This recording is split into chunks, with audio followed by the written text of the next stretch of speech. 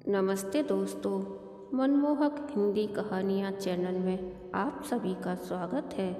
आज की हमारी कहानी है मंजिल तक। दक्षा तिवारी नाम की घोषणा होते ही दक्षा आत्मविश्वास से भरी हुई अपनी कुर्सी से उठकर मंच की ओर चल पड़ी। मंच पर अतिथि महोदय से दक्षा ने अपना प्रशस्ति पत्र और पीएचडी की थीसिस थाम ली। वह गर्वित मुस्कान से अभिवादन कर मंच से नीचे उतरने लगी।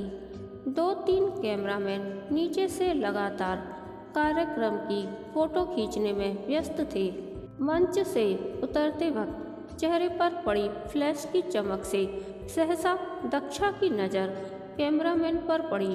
वह भी कुछ चकित, कुछ सहमा, कुछ लज्जित सा नजर चुराते एक तरफ चला गया। दक्षा ने देखते ही पहचान लिया था उसे। यह वही शख्स है जो आज से करीब 8 वर्ष पूर्व बीए करने के बाद पहली बार दक्षा को वर के रूप में देखने पहुंचा था। दक्षा अपनी कुर्सी पर आकर बैठ गई। वह पुनः उसकी नज़रें कैमरामैन को खोजने लगीं। कहीं नज़र न आने पर वह मन ही मन बुदबुदाई, कायर कहीं का। एक व्यंग्यात्मक मुस्कान इसके चेहरे पर फैल गई। दक्षा को देखते ही विवाह के लिए मना कर दिया था इसने। कारण था लड़की का रंग दबा है। सुनकर दक्षा कितनी रोई थी। क्या है इंसान में, मामूली सा कैमरामैन किसी के यूं ही कह देने भर से क्या कोई योग्य अयोग्य हो जाता है। लेकिन उस वक्त 19 वर्ष की अल्लड़ दक्षा में कहाँ थी इतनी समझ। यदि माँ जैसी माँ न होती तो कहाँ जान पाती दक्षा जिंदगी के मायने। कार्यक्रम की गमगमाहट से दूर दक्षा का मन अतीत में विचरने लगा। बीए करते करते आम लड़की की तरह दक्षा भी अपने राजकुमार के सपने संजोने लगी थी। माँ पिताजी तो दक्षा की पूर्ण उच्च शिक्षा के पश्चात ही विवाह के पक्ष में थे, पर बिस्तर पर पड़ी दादी दिन रात पिताजी के कान खाती। मेरे जीते जी दक्षा को ब्याह दो, वरना दामाद का मुंह नहीं देख पाऊंगी। अब गिनती के दिन शेष हैं मेरे।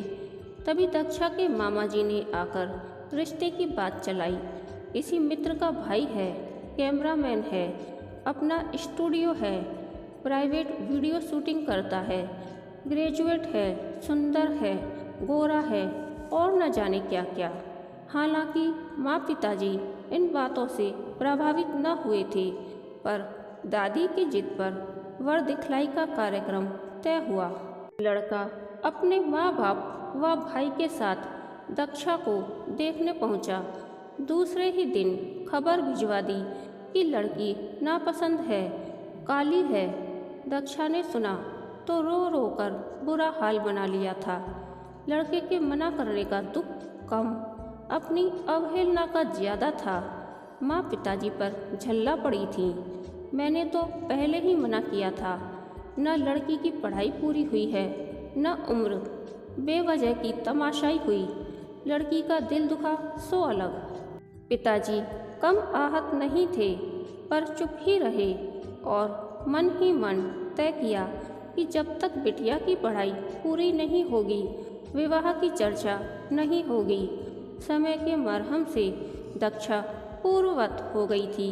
वह फिर से पढ़ाई, खेल, साथी सहेलियों की गतिविधियों में व्यस्त हो गई। उन्हीं दिनों एमए के दौरान दक्षा का वंदन से परिचय हुआ। कॉलेज के सांस्कृतिक कार्यक्रम में वंदन दक्षा के साथ ही नाटक में काम कर रहा था। तीव्र बुद्धि, हंसमुख स्वभाव, लुभावनी काया, कुल मिलाकर एक चुंबकीय व्यक्तित्व का स्वामी था वंदन। कुछ उम्र का असर, कुछ अनुकूल परिस्थितियाँ, दोनों का साथ साथ हर गतिविधि में सम्मिलित होना धीरे धीरे दक्षा व वंदन को करीब ले आया। इसका दोनों को ही भान न था। दोनों ही एक दूसरे के आकर्षण में बंधे जा रहे थे। हालांकि दक्षा का वंदन के प्रति व्यवहार केवल मित्रवत ही होता था, पर माँ की पारखी नजरों ने दक्षा के मन में छिपे चोर को ताड़ लिया था। माँ आखिर माँ ही होती है। माँ स्वभावगत चिंतित हो गई थी। वैसे दक्षा की पसंद उनकी अपनी पसंद थी, वंदन उन्हें भी भाता था, परंतु केवल लड़के लड़की की आपसी पसंद से क्या होता है? क्या वंदन के परिवार वाले भी दक्षा को पसंद करेंगे?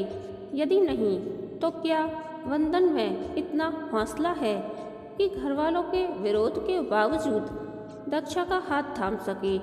यदि ऐसा न हुआ तो दक्षा एक बार फिर घायल होगी, टूटेगी, बिखरेगी।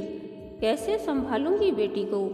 आदि बहुत सी चिंताएं जो हर माँ को बेटी के प्रति होती है, दक्षा की माँ को भी सताने लगीं। माँ ने दक्षा व वंदन से इस संबंध में बात करने का मन बनाया ही था कि उसके पूर्व ही एक शाम दक्षा कॉलेज से लौटते ही अपने कमरे में जाकर लेट गई। जो कभी न होता हो, उसके होने पर मन में आशंका उठना स्वाभाविक है। रोज आते ही कॉलेज की बातें सुनाना दक्षा की दिनचर्या का हिस्सा था। शंकित मन से माँ दक्षा के कमरे में दाखिल हुई। वह दक्षा से कारण जानना चाहा, पर तबीयत खराब होने का बहाना बनाकर दक्षा ने स्वयं को चादर में छिपा लिया। जिसकी आशंका थी आखिर वही हुआ। दूसरे ही दिन माँ को दक्षा की सहेली से पता चला कि वंदन की सगाई तय हो गई है। एक बारगी मन हुआ कि बुलाकर भला बुरा कहे वंदन को, कहे कि प्रेम की पेंगे बढ़ाना जितना आसान है उतना ही कठिन है हाथ थामना। हिम्मत चाहिए, हौसला चाहिए, आत्मविश्वास चाहिए उसके लिए जिसमें ये सब नहीं, वह दक्षा के काबिल नहीं। पर पराई संतान को भला क्या कहा जा सकता है? अतः वंदन का ख्याल झटके से मन के बाहर कर दिया माँ ने। उन्हें चिंता थी तो केवल दक्षा की, उसके टूटे मन की, उसकी दरकती भावनाओं की। एक बार पिताजी ने कहा, हम खुद चलकर वंदन के माँ बाप से बात करते हैं, पर माँ नहीं मानी। जो लड़का अपने अधिकार के लिए जुबान तक नहीं खोल सकता, ऐसे लड़के से ब्याह कर दक्षा को कौन से सुख मिल पाएंगे? नहीं नहीं, बिल्कुल नहीं, माँ ने निर्णयात्मक स्वर में कहा। वह कायर दक्षा के लायक नहीं है। रही दक्षा की बात तो वह आप मुझ पर छोड़ दीजिए, मैं उसे संभाल लूँगी। 8, 10, 15 दिन हो गए, आखिर महीना हो गया। दक्षा ने कॉलेज जाना बंद कर दिया था। यंत्रवत सी वह दिन भर के आवश्यक काम निपटाती, खाने के नाम पर 2-4 निवाले मुंह में ठूंसती व उठकर फिर कछुए की तरह अपनी खोल में स्वयं को छिपा लेती। माँ ने दक्षा को कुछ दिन बिल्कुल नहीं टोका। वह जानती थी कि जब कभी हर उपदेश समझाइश जवाब दे जाते हैं, तब केवल समय ही वह उपाय रह जाता है जो सब कुछ बदलने का सामर्थ्य रखता है। ऐसी स्थिति में दक्षा को सामान्य होने के लिए उसके हाल पर यथावत छोड़ देना ही अंतिम उपाय था। 2 माह पश्चात भी दक्षा की रुचि किसी कार्य में नहीं जाग रही थी।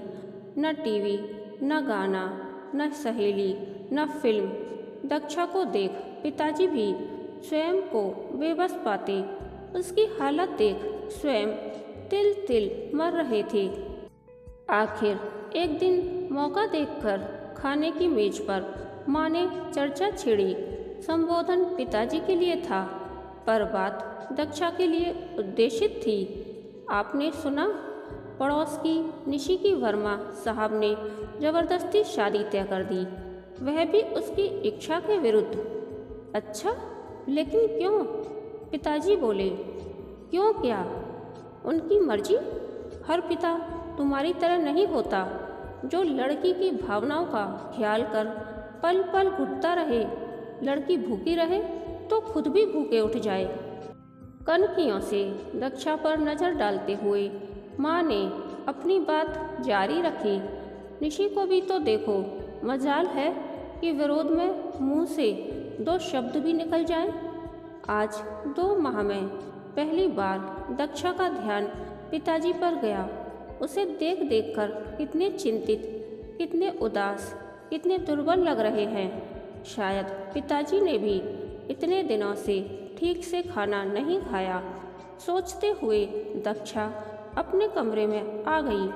वह रात भर माँ की बातों का विश्लेषण करती रही।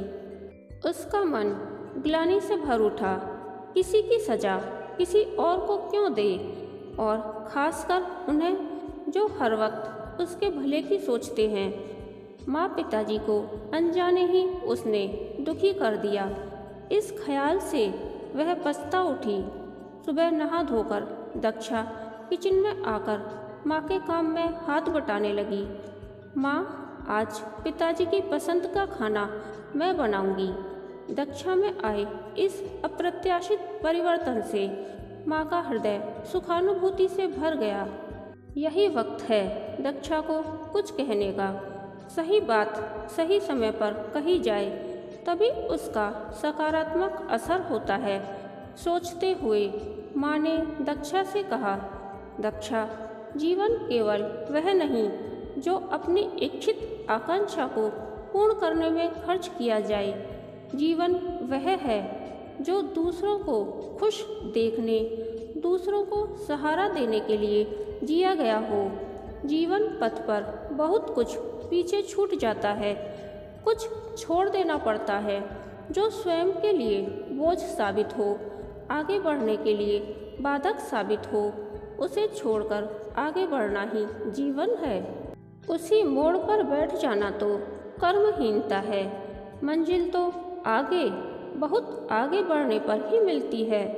यह तो इंसान को स्वयं तय करना होता है कि उसकी मंजिल क्या है, उसके जीवन का उद्देश्य क्या है। तुम तो भाग्यशाली हो जो तुम्हारे पिताजी आम इंसानों से हटकर तुम्हारी ऊंचाइयों के ख्वाब देखते हैं। आम पिताओं की तरह तुम्हें ब्याह कर बोझ उतारने की भावना उनमें नहीं है। इन सब के बावजूद तुम ही हार कर रुक जाओगी तो क्या पिताजी के प्रति अन्याय नहीं करोगी? माँ की एक एक बात यथार्थ के पाठ की तरह दक्षा के मन मस्तिष्क में बैठ गई। माँ सच ही तो कहती है कि जीवन में उन कष्टप्रद यादों व पीड़ादायक बातों को दुस्वप्न मानकर भूलना आवश्यक है। बीती बातों में उलझकर आने वाले उज्जवल कल को अंधकार में बना देना कहाँ की बुद्धिमानी है। विचारों में आए इस परिवर्तन के साथ ही दक्षा के मन से अवसाद और निराशा धुल गई। वह भविष्य का मार्ग प्रशस्त हो उठा। अब उसकी नज़र भविष्य पथ पर स्थिर हो गई, सीधे मंजिल तक। मैडम, आज यहीं रुकने का इरादा है क्या? प्रोफेसर शरद की आवाज़ पर दक्षा जैसे नींद से जाग उठी। वह हड़बड़ाहट में उठकर खड़ी हो गई। प्रोफेसर शरद को अपनी ओर मुस्कुराते देख कुछ झेप सी गई। कार्यक्रम संपन्न हो चुका था। लोग हॉल से बाहर निकल रहे थे। चलिए, मैं आपको रास्ते में ड्रॉप कर दूंगा। और वैसे भी आपने आज मेरे प्रस्ताव का जवाब देने का वादा किया है। कहते हुए एक गहरी नज़र शरद ने दक्षा पर डाली। दोनों आगे बढ़े ही थे कि कैमरामैन सामने आ गया। एक्सक्यूज़ मी कहते हुए दक्षा से बोला, आपने शायद मुझे पहचाना नहीं। मैं, दक्षा बात काटते हुए आत्मविश्वास से भरे लहजे में बोली, जी नहीं, मैंने आपको अच्छी तरह से पहचान लिया है। इनसे मिलिए, प्रोफेसर शरद, मेरे होने वाले पति। कहकर दक्षा ने शर्माते हुए शरद की आंखों में झांका व उनके साथ आगे बढ़ गई। कहानी के अंत तक बने रहने के लिए धन्यवाद। यह कहानी आपको कैसी लगी प्लीज़ कमेंट करके बताइए।